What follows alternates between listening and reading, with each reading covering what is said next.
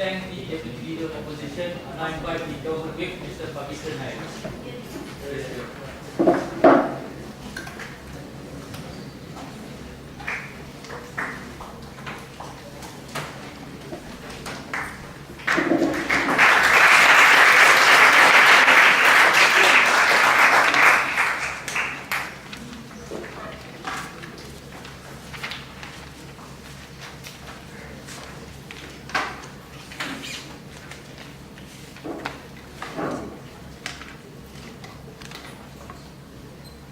Sir, what we have seen coming up on the opposition side was a rather confused debate here. They did not understand what was actually probably happening right now in Iran now, Mr. Speaker.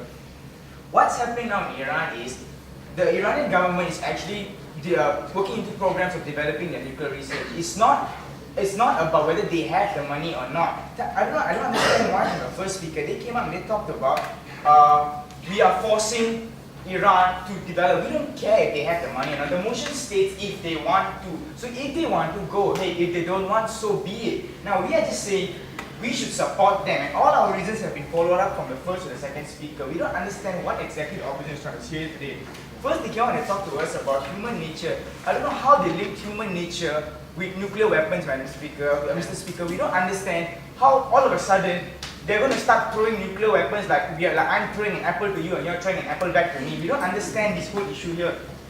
Then they talked about our feasibility, that they don't have the money, they can't take care of the people, that they're very poor and everything. We don't understand this, Mr. Speaker. We don't care time and time again if they have the money or not. We just say if they want to, go ahead. On the third issue again, they kept talking about this nuclear summit thing, and we don't understand. What does nuclear summit have to do with anything? In my substantive speech, we are going to talk about 4 clash points that were brought up in today's debate and the 7 honest arguments that were brought up on the government bench here today. Mr. Speaker, the first clash point here was the whole issue of the hypocrisy of the UNSC coming up from our side of the case versus their issue of them having no money.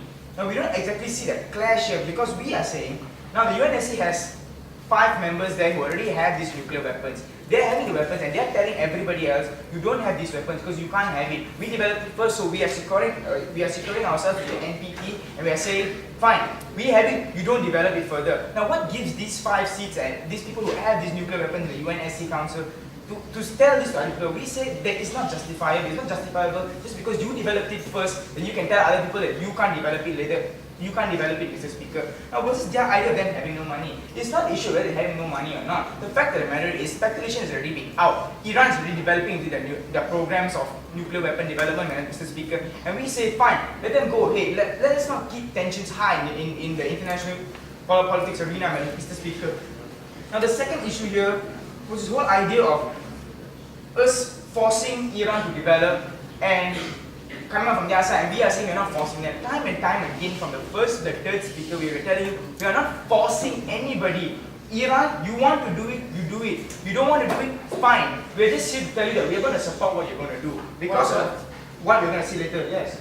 Well, are you trying to say that if I want to, but you know that I cannot do it because I have limited capabilities because of certain circumstances, are you still going to give that ability? Thank you, sir. Why do I have to care if you even have those resources to do it or not? If you want to do it, go ahead. It's in the motion here, Mr. Speaker. And why are we not talking about everyone else? Because the motion states Iran, Mr. Speaker. We're talking about Iran here. On the third level is this whole issue of Iran will use it coming out from their side, and our idea of Iran won't use it. Now, we are not, these nuclear weapons are not BB guns that we take and shoot people, Mr. Speaker. Their whole idea of here coming up here and telling us that World War III is going to happen is because they're going to start shooting the US, and the US is going to keep quiet. Now, we haven't told you in our mechanism, in our principal case here today, we have told you that if they're going to launch it, you're going to hit their base. We're going to make sure that it goes into a flat, barren wasteland. We're not going to let them shoot it and then say, oh, it's too late, it's flying. We're not going to do that. The moment we know that the launch codes have already been launched, the moment we know that, you see, we have to understand how it works. The nuclear weapons are radioactive weapons. The moment they are launched, we will know. It's a big thing, Mr. Speaker. It even takes 1 hour to start. The moment you press the button, the moment you key in the codes to launch, it takes in about 1 hour for it to launch, Mr. Speaker. And that's why we say it's actually pretty easy to identify this, and we're going to stop it before it actually even goes up in the air, Mr. Speaker. So we say there's not going to be a threat from anyone because they know if they're going to shoot it, they're going to get it back. So there's no issue of Iran going to use it and going to shoot America. We don't care. Iran can hate America for all we care, but the fact of the matter is we are telling you here, they are not going to use it and there will not be World War III here, Mr. Speaker. And because we say if they're going to do it, it's going to be suicide for them. And I don't think the president of Iran is that stupid, Mr. Speaker. On the fourth level of clash points was the whole idea of nuclear summit coming up from their side versus our idea of nuclear summit with having a different purpose. Mr. Speaker, you know what the nuclear summit was brought up for?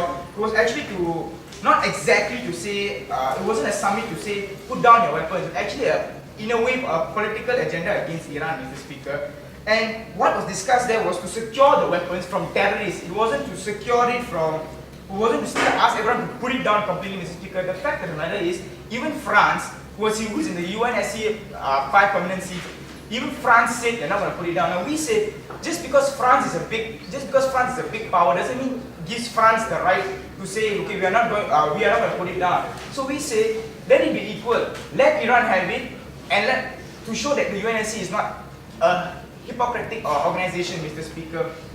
Just the fact that France didn't agree with it on the basis of national security, Mr. Speaker, it's not grounds for us to say Iran can't do it, Mr. Speaker. Because if we are going to allow France to say no, we have to allow Iran to continue with their nuclear weapons program, Mr. Speaker. And with that, Mr. Speaker, I'm going to conclude what has come out here today on the government bench of today's debate.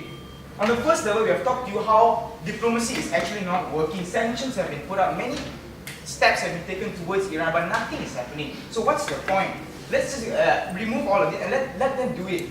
On the second level, we'll talk to you about how the whole NPT creates a hypocritic effect on the UNSC because we are actually allowing others and not allowing them. We don't understand, we don't see any threat, so why not let them do it based on past record? On the third level, we are showing you how the NPT is actually in a way biased and sort of prejudiced because it only allows certain and doesn't allow the rest. The fourth level, we are showing you how this will all increase the balance of power because at the end of the day, when you give them a weapon, nuclear weapon, when they have it, they have actually a say in the political arena internationally. They actually will be there, people will listen to them, Mr. Speaker. On the fifth level, we're showing you how it's actually a form of a recognition to the country, a form of, because you have that kind of power, so we're going to listen to you.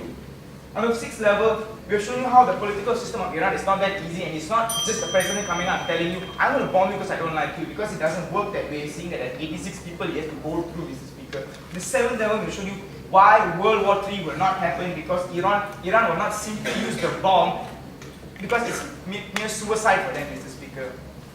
With that, we are extremely proud to propose. Thank you.